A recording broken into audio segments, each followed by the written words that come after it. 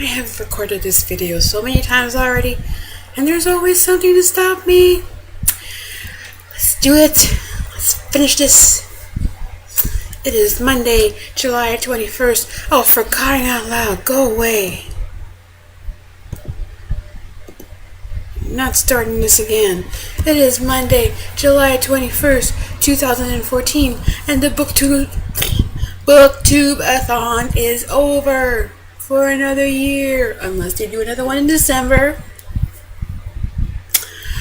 Yeah, so I did a lot of reading. Sucker. Yeah. This week has been a bit of a roller coaster, but I made it in one piece, sort of. And, yeah. Let's take a look. Let's see what I did. So Monday, I read Coraline by Neil Gaiman, which was for the Booktube movie adaptation. And so here it is. And I was very surprised because I had seen the movie already before I read it. And there's some things in the movie that are not in the book. And I was like, okay. But anyway, yeah, so this one was 162 pages. Pretty easy to get through. I mean, big text, pictures. So yeah, that was the first one. And then, where am I going to put this? My desk is too small. Hang on.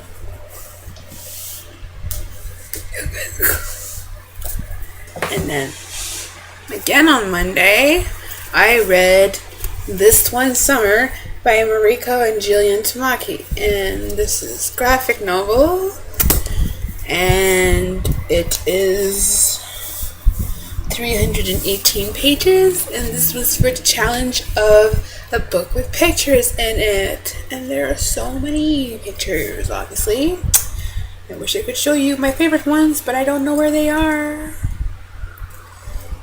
Anyway, so I read this, and then on Monday, again, I started, and then finished on Tuesday, Fangirl by Rainbow Rowell, and this was for the book that someone picked out for you challenge, and the book from a genre that you've read the least of this year, which was this contemporary, and it was 459 pages.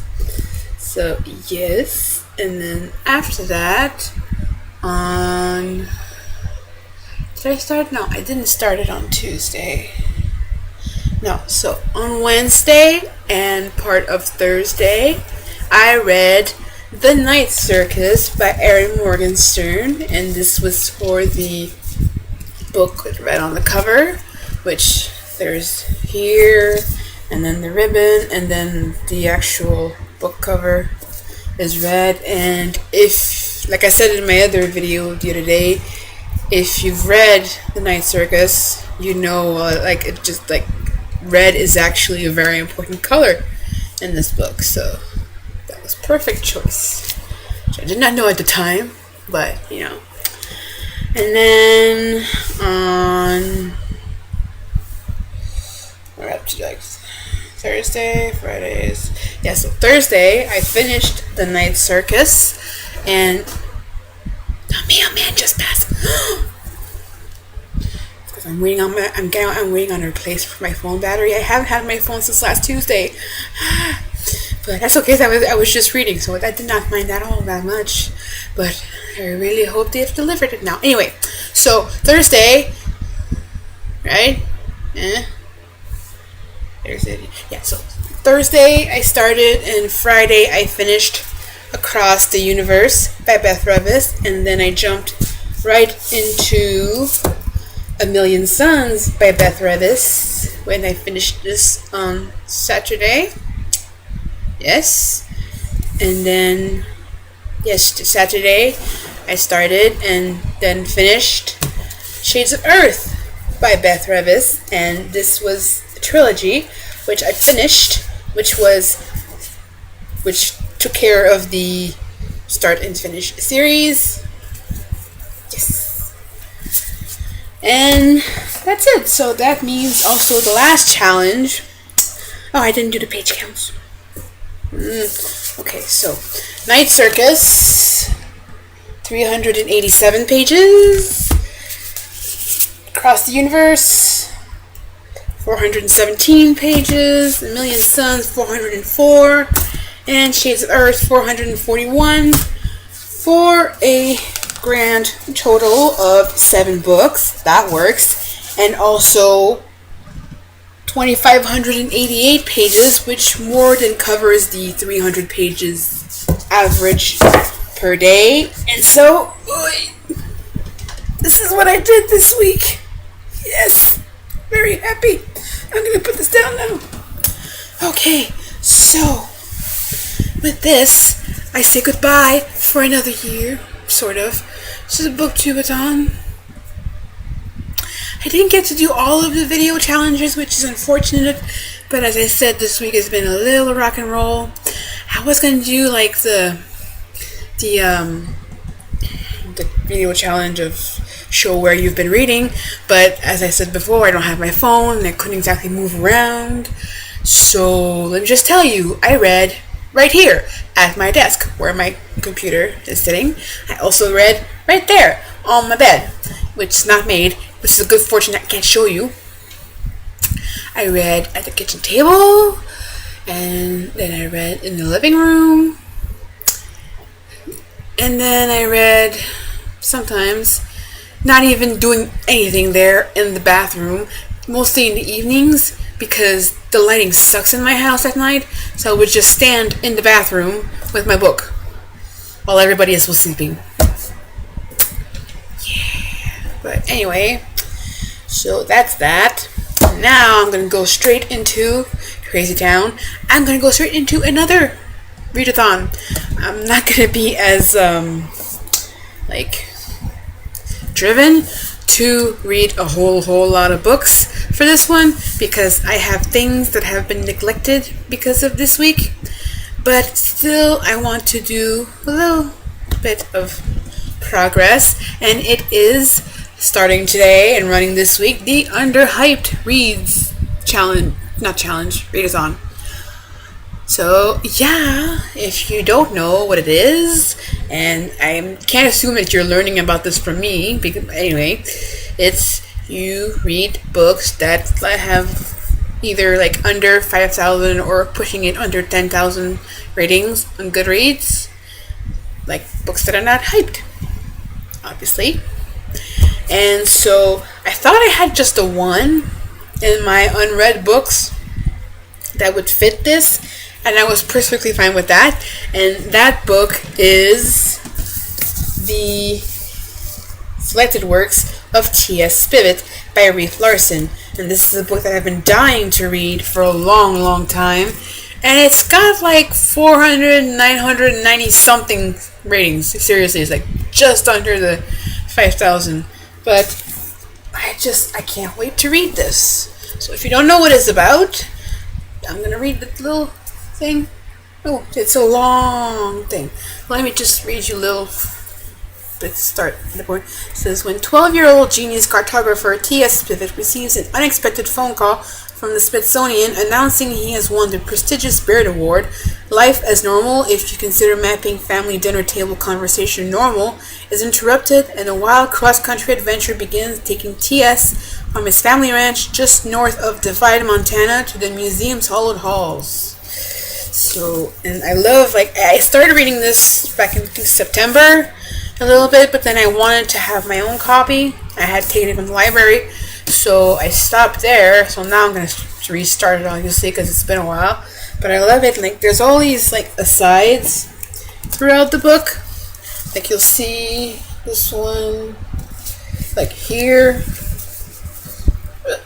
There's a line, you can't see it. Starts and it goes up to here, and then you get a little thing about, says, a short history of our phone cord.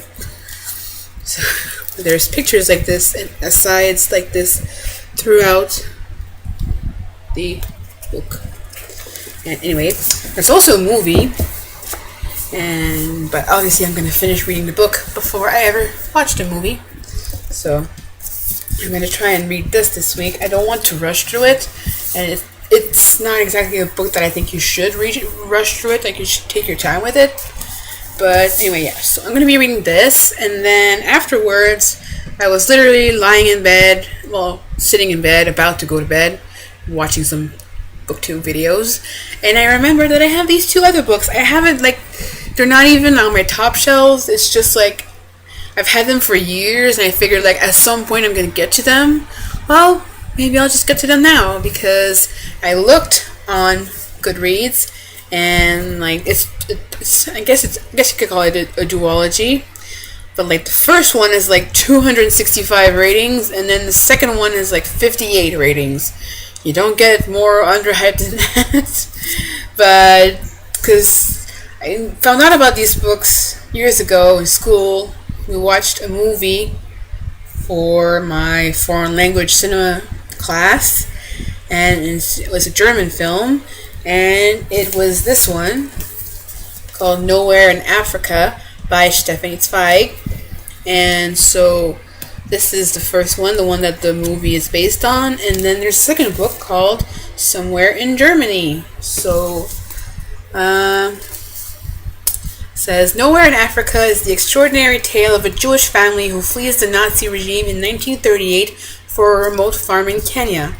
Abandoning their once comfortable existence in Germany, Walter Redlich, his wife Yettel, and their 5-year-old daughter Regina each deal with the harsh realities of their new life in different ways. Regina immediately embraces the country, learning the local language and finding a friend in Owa, the farm's cook. As the war rages on the other side of the world, the family's relationships with their strange environment becomes increasingly complicated as Yettel grows more self-assured, but Walter is haunted by the life in Germany they left behind. So I'm very anxious to finally get to these books, because I keep staring at them on my shelves like it's not fair. I've been wanting to read them for a long time, and now maybe I finally will. So this is what I'm hoping to get through this week.